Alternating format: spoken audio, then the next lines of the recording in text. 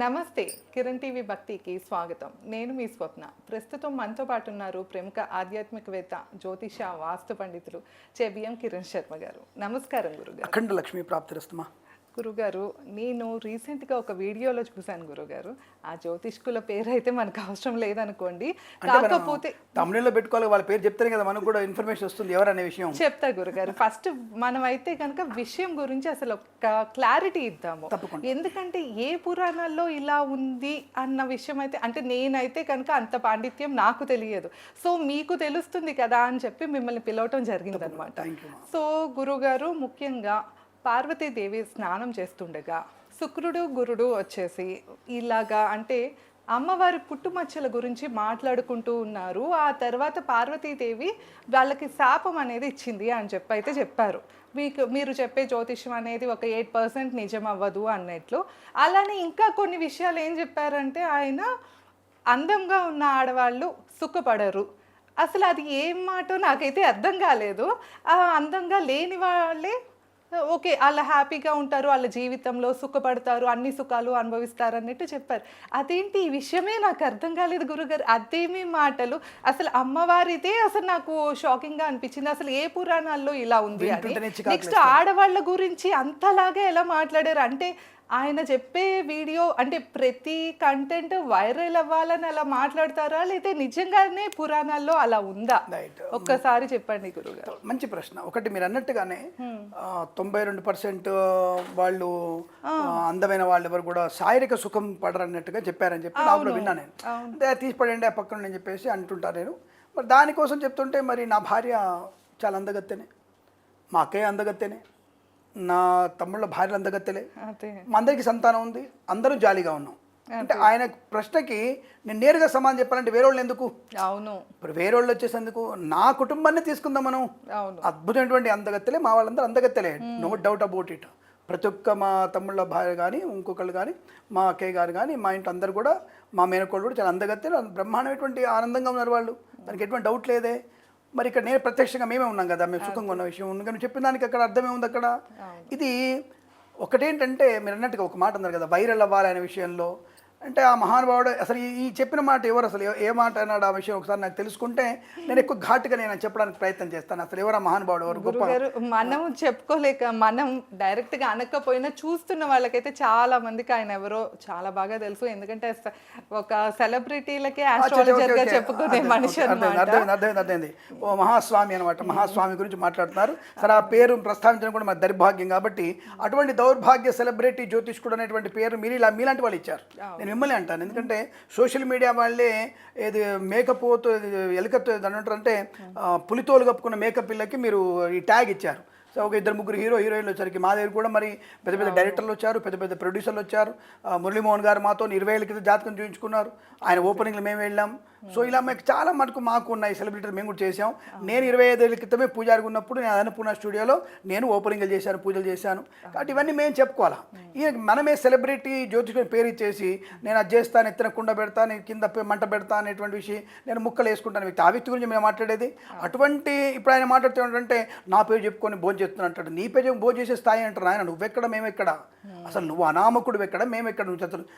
ఇప్పుడు నేను చెప్తాను మీకు ఆ విషయంలో క్లారిటీగా ఇస్తాను. ఈ మహాస్వామి చేసేటువంటి వింతలు, ఒక పాట నేను రాశాను ఒకప్పుడు ఒక సినిమాలో. వింతలే బ్రతుకు ఒక వింత, దాందం ఒక మింత, నీ మాట ఒక వింత అని ఒక పాట నేను రాశాను నేను. సో ఇది సినిమాలు కూడా పెట్టుకునే దానికి అనుకున్నారు విషయం. అంత వింతలు ఈయనలోనే ఉంటాయి, ఈ మహానుభావుల్లోనే ఉంటాయి. 92% అందమైన ఆడవాళ్ళు శారీరకంగా సుఖం అనుభవించే మాట అసలు ఎలా మాట్లాడుతున్నావు? అసలు ఏమైనా నీకు అర్థం ఉందా? నీతో ఉన్నటువంటి నీకు ఎప్పుడైతే భార్య ఉంది కదా, ఇప్పుడు ఒక భార్య ఉంది కదా, ఆ భార్య అందగత్తనే కదా, ఆయనతో సుఖపడట్లేవా నువ్వు? అంటే కామన్ సెన్స్ అంటే నీకు తరుగులుతుంది దెబ్బ అనే విషయం తెలియదా? సరే, ఆ విషయం పక్కన పెడితే ఇక్కడ ఆయన మాట్లాడిన మాట, ఈ 92% అందమైన ఆడవాళ్ళు చూడది అబద్ధం, శుద్ధ అబద్ధం. అది కళత్ర స్థానంలో ఉన్నప్పుడు, కళత్ర స్థానానికి అయిన దోషం ఉన్నప్పుడు అక్కడ పాపగ్రహాలతో ఉన్నటువంటి కళత్ర స్థానానికి అటువంటి నెగిటివ్ ఎఫెక్ట్ పడుతుంది, వాళ్ళు సుఖపడరు. ఇది ఖచ్చితంగా చెప్పవచ్చు. అదే దాంట్లో వీడియోలో మీకు చెప్పిన దాంట్లో ఆయన రాహు నలుపు వస్త్రాలు అని చెప్పాడు. రాహు నలుపు వస్త్రాలు కట్టుకోడు. సెలబ్రిటీలు అందరూ నలుపు వస్త్రాలు కట్టుకుంటే వాళ్ళకి శని యోగకారకుడు అవుతాడు. శని ఎంత నెగిటివ్ ఇస్తాడు అంత పాజిటివ్ ఇస్తాడు. శని ఎంత పాజిటివ్ నెగిటివ్ కూడా ఇస్తాడు, ఆయన పాజిటివ్ కూడా ఇస్తాడు. కాబట్టి శని అనేది ఆకర్షణ కారకుడు.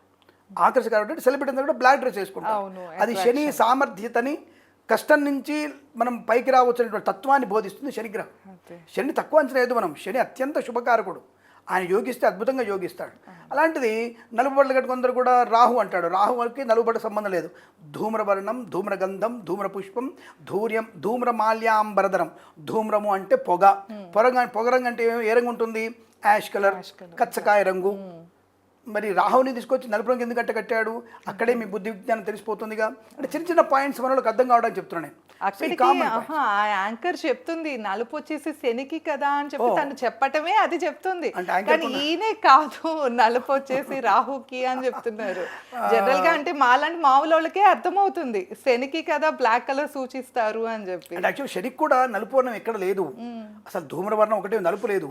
నీలవర్ణం, నీలగంధం, నీలమాల్యాంబరధం. నీలం అంటే మేఘశ్యామ, నీల మేఘశ్యాముడు, నలుపుగా అని చెప్పేతరని అదొక రకమైనటువంటి బ్లూ కలర్, ఒక రకమైనటువంటి స్కై బ్లూలో మిక్స్ అయినటువంటి కలర్ అయితే తప్ప నలుపు, నల్లటి నలుపు శనీశ్వరుడు కాదు. అదే శని స్టార్ మనకి బ్లూ కలర్ బ్రహ్మాండం కనపడుతుంది మనకి. శని చాలా అందగాడు, నవగ్రహాల్లో అందగాడు శనీశ్వరుడే. శనీశ్వరుడు కాదు, శనీశ్వరుడు ఆయన. ఆ విషయాన్ని గమనించుకోవాలి. కాబట్టి ఇక్కడ ఆయన అడిగినటువంటి ఒక సూత్రంలో ఆయన ఇప్పుడు ఏమంటారంటే నా దగ్గర సూత్రం ఉంది అంటాడు. ఆయన దగ్గర ఉన్న సూత్రం ఏంటో ఇప్పుడు నేనే మీకు కష్టంగా చెప్పే ప్రయత్నం చేస్తాను. ఇక్కడ గురు శుక్రులు వచ్చేసి అమ్మవారిని అప్రమేయ విశాలాక్షి, అసలు అమ్మవారి ఎంతటి స్థాయి, అరుణాం కరుణా తరంగితాక్షీం ధృతపాశాంకుశ పుష్ప, అసలు అప్రమేయం ఆవిడ పుట్టుమచ్చలు లెక్కగట్టేటువంటి స్థాయి మనకి ఈశ్వరుడికే లేదు. అలాంటిది గురు శుక్రుడు ఆవిడ ఎక్కడతారా?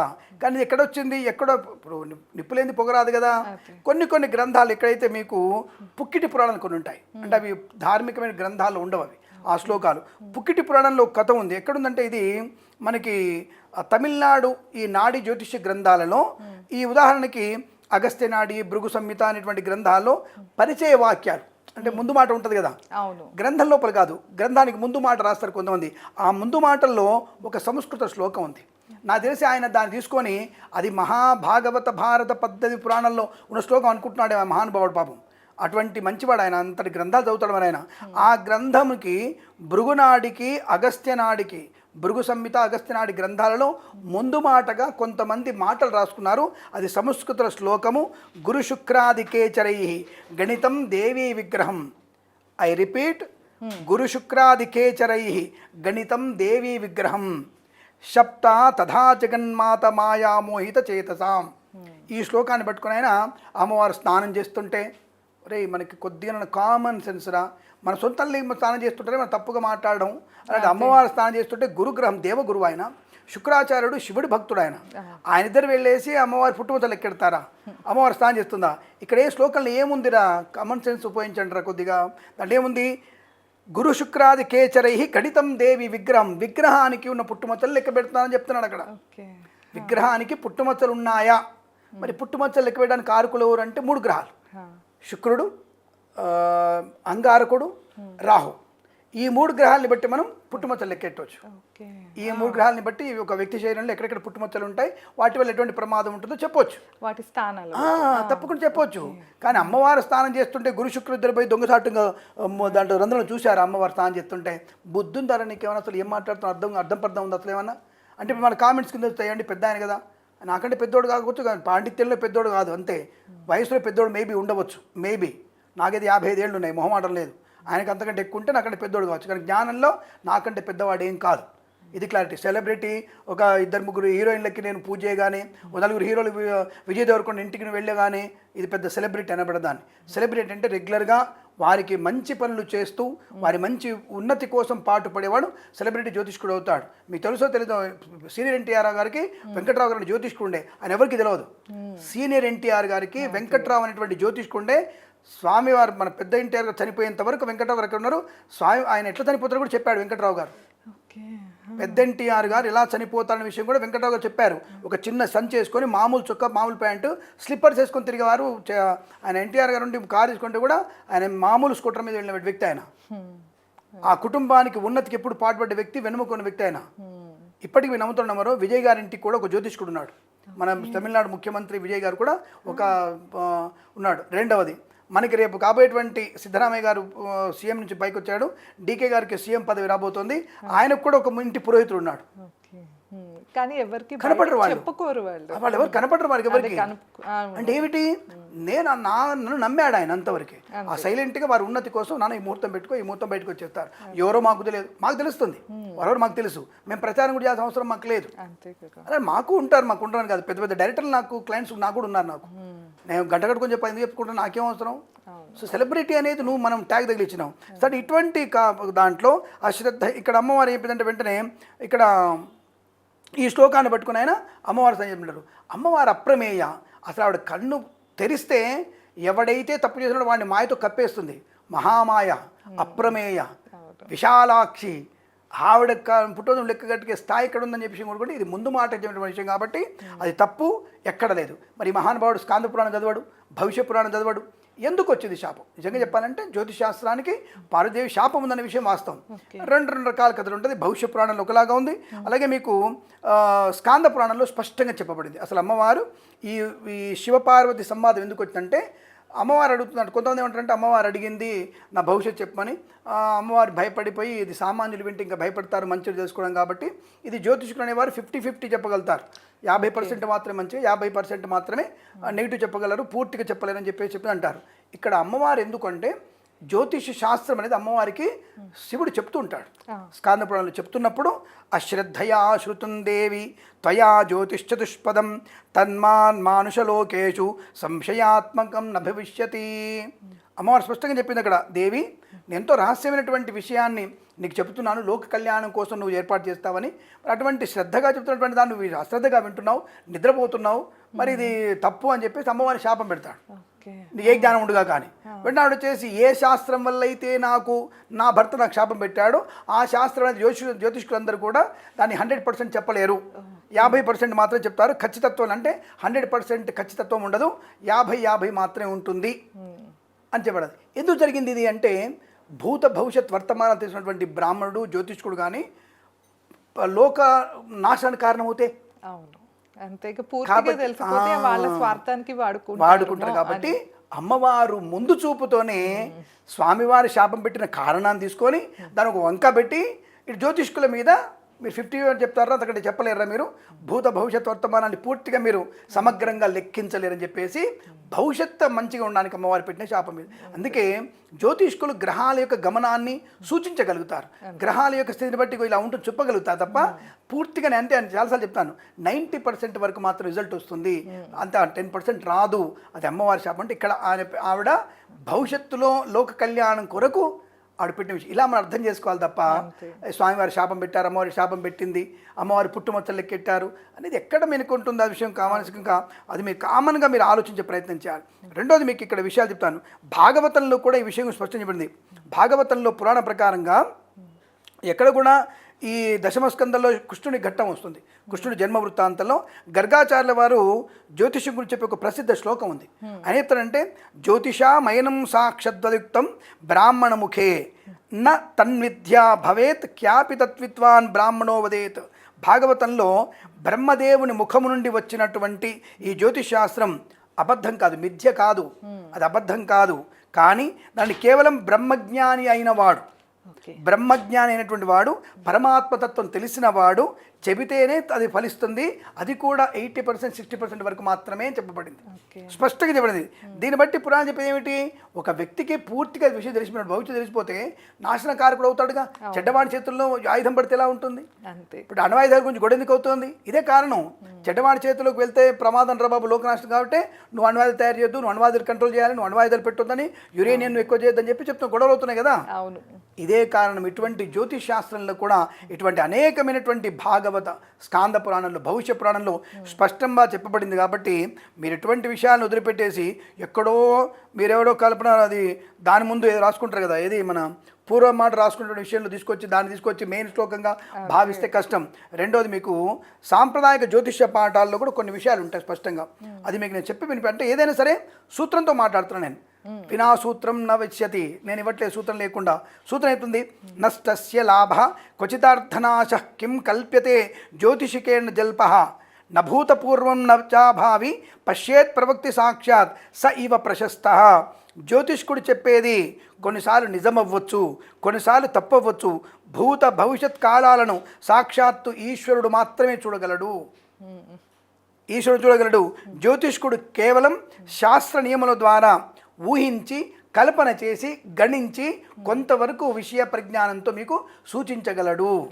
అది నిజము, అది మిథ్య కాదు, అబద్ధం కాదు, అది నిజమే. కానీ పూర్తిగా చెప్పలేడు. ఈ విషయం కనుకుంటా నేను 100% చెప్తా అని చెప్తారు. ఇక్కడ అమ్మవారి విషయంలో జ్ఞానినామపి చేతాంసి దేవి భగవతీ సా బలదా కృష్ణమోహయ మహామాయ ప్రయచ్చతి. ఎంతటి మహాజ్ఞానైనా తన మాయ చేత కప్పగలిగేటువంటి అమ్మవారిని పుట్టుమచ్చలు చూసినటువంటి వ్యక్తులు ఎక్కడ ఉంటారా?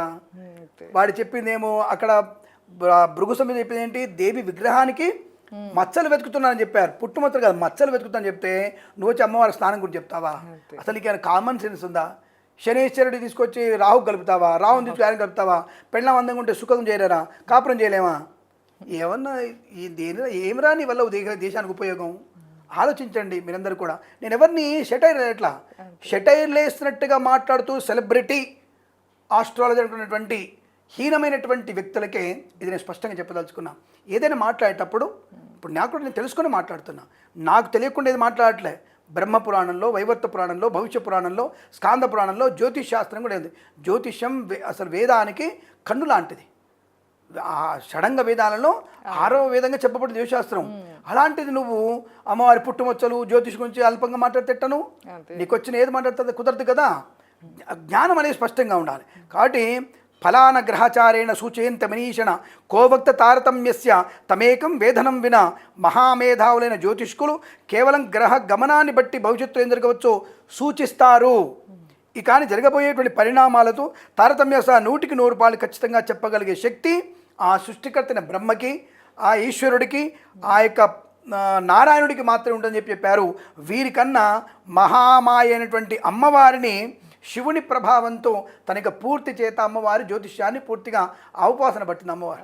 అటువంటి అమ్మవారికి వచ్చేసి నువ్వు పుట్టుమచ్చలు ఇక్కడ చెప్తున్నాను. ఇవన్నీ ఇక్కడ దీంట్లో ఇది ఎక్కడుంది ఈ శ్లోకం అంటే దీన్ని తప్పకుండా మీరు చూడాల్సింది. ఇక్కడ ఈ యొక్క శ్లోకం వచ్చేసి వరాహ మిహిరుడు రాసినటువంటి బృహత్ సంహితలో ఉంది ఈ శ్లోకం. ఏమైనా శ్లోకం అది? ఫలాని గ్రహచారేణ సూచయంతి మనీషణ కోవక్త తారతమ్యస్య తమేకం వేదసం వినా. ఇది బృహత్పరాశర హోరాశాస్త్రంలో వరాహ మిహిరుడు రాసినటువంటి శ్లోకం. ఇది గుర్తుపెట్టుకోండి. ఇంకా ఏమైనా అనుమానాలు ఉంటే నన్ను సంప్రదించవచ్చును. దేనికైనా సమాధానం చెప్పగలిగే శక్తి, ధైర్యము, యుక్తి, జ్ఞానము ఉన్నటువంటి నేను చేబియ్యం కిరణ్ శర్మగా చెప్తున్నాను. అమ్మవారు స్నానం చేస్తే ఎవడో చెప్పినట్టుగా అమ్మవారు స్నానం చేసి పుట్టుమచ్చలు లెక్క పెట్టలేదు. అలా మనం మాట్లాడడం తప్పు, వినడం తప్పు. నారాయణ నారాయణ కూడా మంచిది. ఆ విషయం గుర్తుపెట్టుకోండి. శుభమస్తు, అఖండ ఐశ్వర్యమస్తు. నమస్కారం. ప్రేమతో మీ కిరణ్ శర్మ.